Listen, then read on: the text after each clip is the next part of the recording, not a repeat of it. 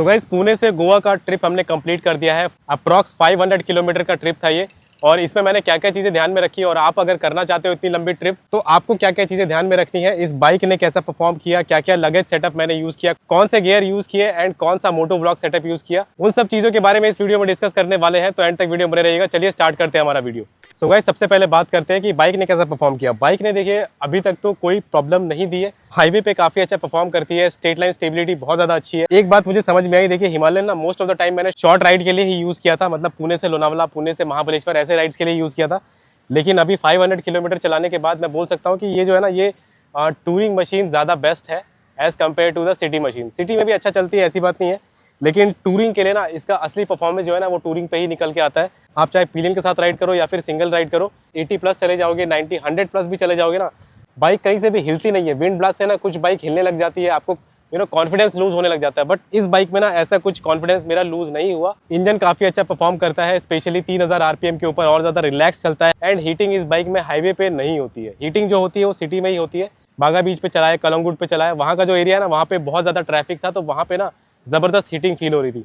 But उसके अलावा ना जब हाईवे पे लेके आ गए तो वहाँ पे कोई हीटिंग इसमें फील नहीं होती है। कंफर्ट की बात करें तो सीट काफी कंफर्टेबल है। यहाँ पे मैंने टूरिंग सीट लगाई है, तो ये सीट है ना, इसमें देखिए कुशन तो काफी ज्यादा है, बट ये सीट जो है ना ये स्टिकी सीट है। आपको आगे फिसलने से रोकने के लिए ही ये वाली सीट इंट्रोड्यूस की गई है, क्योंकि जो उसके स्टॉक सीट है उसमें आप आगे फिसल के आते हो, यहाँ से पतली भी है, बट ये स्टिकी नेचर होने की वजह से ना आपको कुछ टाइम के बाद प्रॉब्लम होने लगती है, जैसे कि मुझे प्रॉब्लम हो रही थी, क्योंकि ये जो है ना आपके गियर्स पे चिपक जाता है। तो देखेंगे इसका कुछ सॉल्यूशन रहेगा, इसका कवर वगैरह डालेंगे इसमें, तो इसको हम बाद में देखेंगे। बाकी कुशन में कोई प्रॉब्लम नहीं है, सीट कंफर्ट में कोई प्रॉब्लम नहीं है। बहुत ज़्यादा लंबी राइड करनी है तो कर सकते हो। पिलियन का सीट जो है ना ये देखिए सिटी के लिए तो बेस्ट है, सिटी में ये काफ़ी ज़्यादा सॉफ्ट फील होता है, लेकिन जब हाईवे पे जाते हो, टूरिंग करते हो, 500 किलोमीटर तक की राइड करते हो ना, उस केस में काफ़ी ज़्यादा सॉफ्ट हो जाता है। तो 300-400 किलोमीटर के बाद हल्का हल्का पेन आपको लगने लग जाता है। ठीक है, तो इसमें भी आप टूरिंग सीट का प्रोविजन लगा सकते हो। बेसिकली जैसे ये सीट है वैसे ये सीट मिल जाती है, तो पिलियन के लिए भी आप टूरिंग सीट यूज़ कर सकते हो। माइलेज की बात की जाए तो सिटी में बहुत कम माइलेज दे रही थी। अभी देखिए गोवा का टेम्परेचर जो है ना बहुत ज़्यादा गर्मी और ह्यूमिड वाला टेम्परेचर है, तो इसका माइलेज बहुत कम हो गया था, अराउंड 23-24 का माइलेज दे रही थी। लेकिन जैसे ही हाईवे पे लेके जा रहे थे तो हाईवे पे देखिए मुझे पुणे से गोवा तक का माइलेज मुझे अप्रॉक्स 38 किलोमीटर पर लीटर का मिला है। तो माइलेज हाईवे पे काफ़ी ज़्यादा अच्छा है। पुणे के सिटी में मुझे इसका माइलेज 26-27 मिलता है, लेकिन गोवा में मुझे 24 का माइलेज मिला है इसमें, तो माइलेज इतना ही मिलेगा। उसके बाद बात करते हैं अपने लगेज सेटअप के बारे में। तो देखिए ज़्यादा लंबी राइड नहीं है, तो उसके हिसाब से मैंने एक हफ्ते का सामान कैरी किया है। सामने टैंक बैग देखेंगे, 28 लीटर का राइनॉक्स का टैंक बैग है ये। इसमें काफ़ी ज़्यादा सामान आ जाता है एंड ये टैंक बैग एक्सटेंडेबल है। यहाँ से देखेंगे तो ये चेन जो है ना यहाँ से ओपन हो जाता है और ये एक्सटेंड होके काफ़ी बड़ा बन जाता है।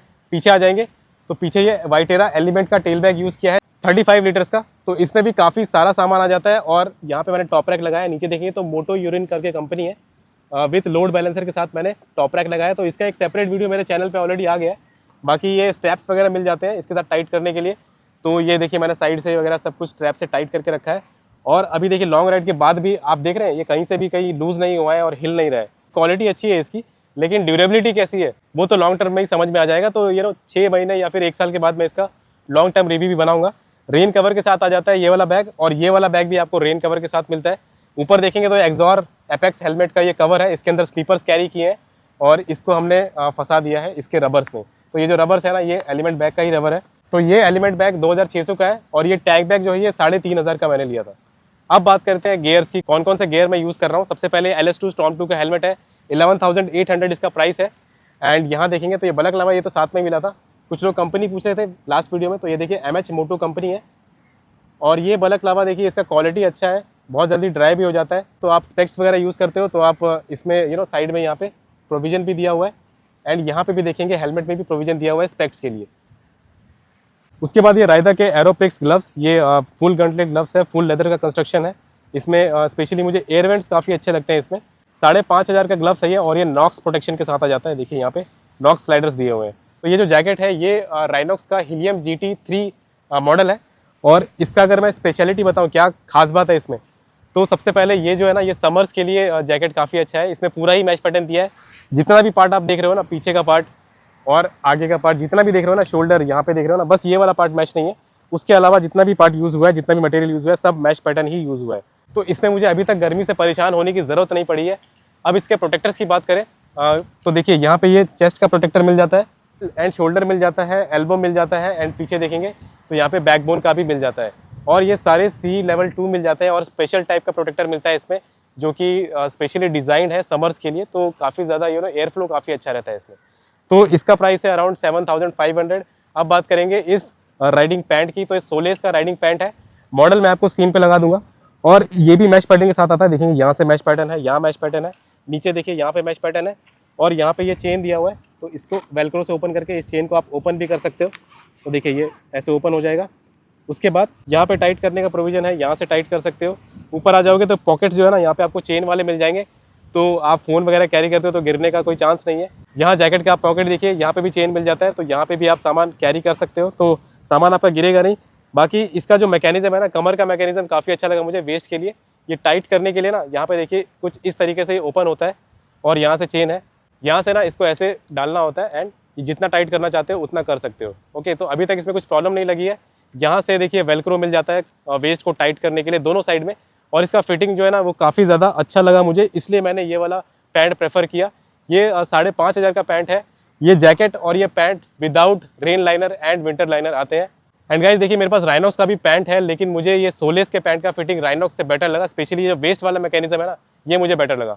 अब गाइस शूज़ की बात कर लेते हैं। तो ये क्लैन स्काउट शूज़ है, राइडिंग शूज़ है ये। यहाँ देखेंगे तो ये फुल लेदर का कंस्ट्रक्शन है। अगेन वाटरप्रूफ लिखा है, लेकिन ये वाटरप्रूफ नहीं है, ये स्प्लैश प्रूफ आप बोल सकते हो। बहुत ज़्यादा हैवी रेन में लेके जाओगे तो पानी अंदर जाएगा। ये देखिए लेसेस के साथ आते हैं, सामने प्रोटेक्टर मिल जाता है, यहाँ पे टो के लिए, हील के लिए प्रोटेक्टर मिल जाता है, यहाँ पे रिफ्लेक्टर है, और यहाँ वाला पार्ट है ना, ये वाला जो पार्ट है एंकल वाला पार्ट, ये D30 प्रोटेक्टर है। यहाँ पे देखिए D30 लिखा हुआ है। ओके, तो इसका प्राइस मुझे 4,500 के आसपास पड़ा था सेल में, तो अराउंड ये अभी 5,500 के आसपास आपको मिलेगा। एंड गाइस उसके अलावा मैंने ये फुआ का कंप्रेशन टी शर्ट पहना हुआ है। तो ये काफ़ी लाइट वेट आता है, बेसिकली ये जिम के लिए लिया था मैंने। ये ड्राई फिट है, तो बहुत जल्दी सूख भी जाता है, और ये आपकी बॉडी से जो पसीना आता है ना, उसको बहुत जल्दी एब्जॉर्ब करके उसको ड्राई भी कर देता है। तो ये खासियत है, तो ये चीज़ मुझे अच्छी लगी इसमें। अभी तक मुझे इसमें कोई प्रॉब्लम नहीं लगी है। तो डिस्क्रिप्शन बॉक्स में आपको ये सारे गियर्स का एंड लगेज सेटअप का लिंक पे आपको दे दूंगा। अब बात करते हैं कि मैं मोटो व्लॉग के लिए क्या सेटअप यूज़ कर रहा हूँ, कौन सा कैमरा यूज़ कर रहा हूँ। यहाँ पे आ जाएंगे तो ये देखिए, ये DJI Action 4 कैम है। ये अराउंड 20,000 के आसपास आता है अगर आप सेल में लेने जाओगे, वैसे ये 25,000 का आएगा।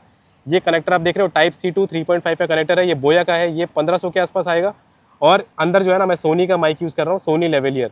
तो माइक लगाने में आपको कोई डिफिकल्टी नहीं होगी, माइक आपको बस टेप से चिपकाना है और कुशन के पीछे अटैच कर देना है, और यहाँ से इसका कनेक्टर निकाल देना है। ठीक है, ये देखिए यहाँ से कनेक्टर निकाल देना है, ये ऐसे लग जाएगा।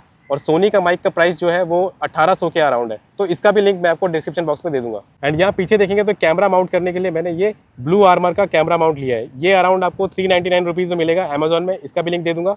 अब वापस आ जाते हैं बाइक पे। तो यहाँ पे मैंने फॉग लाइट यूज़ किया है। Good morning, how are you?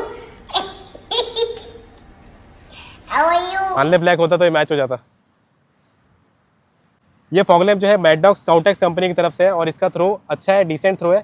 मैंने इसको 70-80 की स्पीड पे पिच डार्क कंडीशन में यूज़ करके देखा है, तो मुझे कोई दिक्कत नहीं लगी, काफ़ी बढ़िया परफॉर्म कर रहे हैं। 10,500 के पड़े थे, और इसमें इसका वायरिंग हार्नेस इंक्लूडेड था, एंड ये वाला जो पार्ट है ना, ये वाला जो होल्डर है ये इंक्लूडेड था, और इसका स्विच इंक्लूडेड था, एंड लेबर चार्ज भी इंक्लूडेड था। सो गाइस अब बात करते हैं कि अगर आप लंबी टूर पे जा रहे हो तो आपको क्या क्या चीज़ें ध्यान में रखनी है, क्या प्री रिक्विजिट्स आप कर सकते हो। सबसे पहले आप जब सामान कैरी करते हो ना, तो सबसे पहले एक दिन पहले ही आप सामान पैक करके लगेज जो है ना बाइक पे फिट कर दो।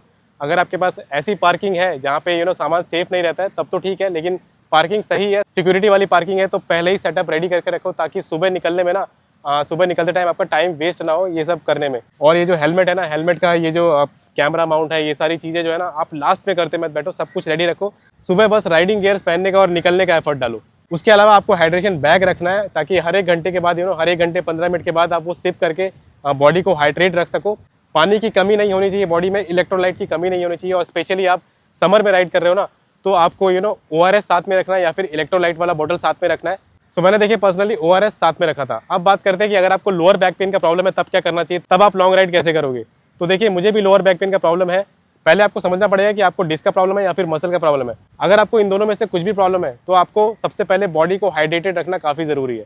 तो ORS, इलेक्ट्रोलाइट एंड पानी। उसके अलावा आपको स्ट्रेचिंग करनी है, बाइक को साइड में लगा के बाइक से उतरने के बाद आपको कहीं बैठना नहीं है, क्योंकि आप बैठ के ही आ रहे थे पूरे राइड पे, बॉडी काफ़ी ज़्यादा स्टिफ हो जाती है, लोअर बैक के मसल काफ़ी स्टिफ हो जाते हैं, तो आपको नीचे उतर के थोड़ा वॉक करना है, बॉडी में ब्लड सर्कुलेशन को बढ़ाना है, लोअर बैक के मसल्स में ब्लड सर्कुलेशन को बढ़ाना है। सबसे पहले हिप ट्विस्ट करना है आपको, उसके बाद आपको टोस टच करना है, तो इससे आपका हैमस्ट्रिंग स्ट्रेच हो जाएगा। उसके बाद आपको साइड के मसल को रिलैक्स करने के लिए, स्ट्रेच करने के लिए आपको ये वाला स्ट्रेच कर लेना है। तो ये सारी चीज़ें ना आप एवरी 1 आवर या फिर जब भी आपको लगे, आपको अपनी बॉडी के हिसाब से जब भी आपको लग रहा है कि रुकने की ज़रूरत है, आप साइड में रुक करके ये सारे स्ट्रेचेस कर सकते हैं। लॉन्ग राइड स्टार्ट करने से पहले आपको बाइक के सारे इलेक्ट्रिकल्स चेक कर लेना है कि इंडिकेटर काम कर रहा है कि नहीं, ब्रेक लाइट काम कर रहा है कि नहीं, आपका हेडलाइट, आपका जो फॉग लाइट आपने इंस्टॉल किया है वो ठीक से काम कर रहा है कि नहीं, सब कुछ आपको देख लेना है। आपको चेन ल्यूब ज़रूर कर लेना है, चेन क्लीन करके चेन ल्यूब करना काफ़ी ज़्यादा इंपॉर्टेंट हो जाता है। एंड उसके बाद आपको पेट्रोल टैंक फुल करवा के ही निकलना है, आपको एक दिन पहले ही फुल करा लेना है। आप ये मत सोचिए कि सुबह मैं 4 बजे निकलूंगा और मुझे पेट्रोल पंप कहीं खुला मिल जाएगा, उस चक्कर में मत रहिए, पहले ही एक दिन फिल करा लीजिए। इमरजेंसी के लिए आप 1 बोतल पेट्रोल भी रख सकते हो। उसके अलावा आप पंचर किट रख सकते हो, किसी ऐसे एरिया में बाइक पंचर हो जाती है जहाँ पे पंचर वाला नहीं है, तो आप खुद से टायर ठीक कर सको। Chain cleaner and chain lube आप साथ में रख सकते हो। एंड उसके अलावा आपको अपनी इंश्योरेंस कंपनी का कॉन्टैक्ट पता होना चाहिए, आपको RSA का कॉन्टैक्ट पता होना चाहिए, ताकि बाइक अगर ब्रेक डाउन होती है किसी ऐसी जगह पे जहाँ पे कोई हेल्प नहीं है, तो आपको एटलीस्ट RSA का नंबर पता हो, अपनी कंपनी का इंश्योरेंस कंपनी का नंबर पता हो। और 1-2 आप इमरजेंसी कॉन्टैक्ट ऐसे रखिए जो कि मुसीबत के टाइम पे आपके रियली काम में आ सके, ठीक है। आप जैसे ही कॉल करो वैसे ही आपको हेल्प मिल जाए। सो ऐसे इमरजेंसी कॉन्टैक्ट रखना काफ़ी इंपॉर्टेंट हो जाता है, चाहे आपका फ्रेंड का हो, चाहे रिलेटिव का हो, चाहे किसी सेल्समैन का नंबर हो, चाहे किसी सर्विस वाले का नंबर हो। सो गाइज, ये सारे कुछ पॉइंट्स मैंने ऑब्जर्व किए इस लॉन्ग राइड से रिलेटेड। आपके अगर कुछ और डाउट है, कुछ क्वेश्चन है या फिर कुछ सजेशन है तो आप कमेंट सेक्शन में बता सकते हो। बाकी एंड तक वीडियो बने रहने के लिए बहुत बहुत धन्यवाद। वीडियो पसंद है तो लाइक करिए, वीडियो शेयर करिए, वीडियो एंड सब्सक्राइब करिए मेरे चैनल। मिलते हैं नेक्स्ट वीडियो में, तब तक के लिए take care, bye bye and have a safe ride.